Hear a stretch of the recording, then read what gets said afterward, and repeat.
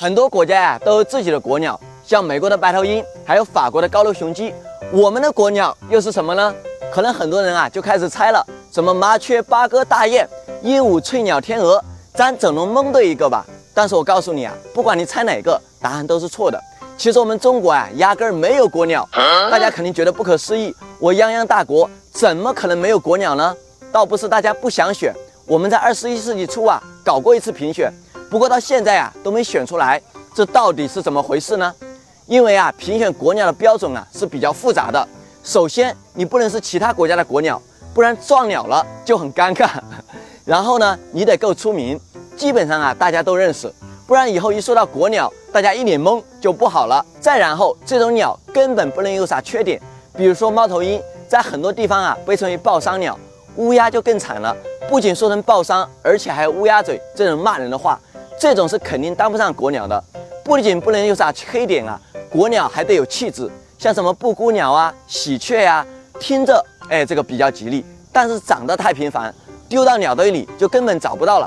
虽然说我国有1000多种鸟类，但是在严格的标准面前，绝大部分都被淘汰了，最后只剩下3种鸟最有资格入选国鸟。第一种是红腹锦鸡，它的优势就是帅，非常的帅，毛色绚丽多彩，而且尾羽啊非常的飘逸。很多人把它认为是传说当中的凤凰，但是红腹锦鸡的名字里面带个鸡，要知道很多中国人都是觉得鸡是没有资格当鸟的，鸡就是鸡，鸟就是鸟，对吧？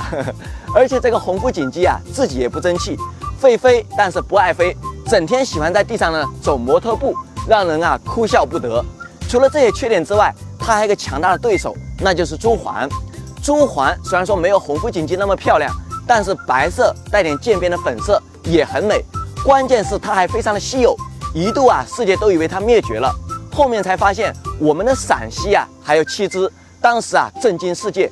朱鹮在鸟类的稀有程度甚至比大熊猫还要高，但是成也稀有，败也稀有。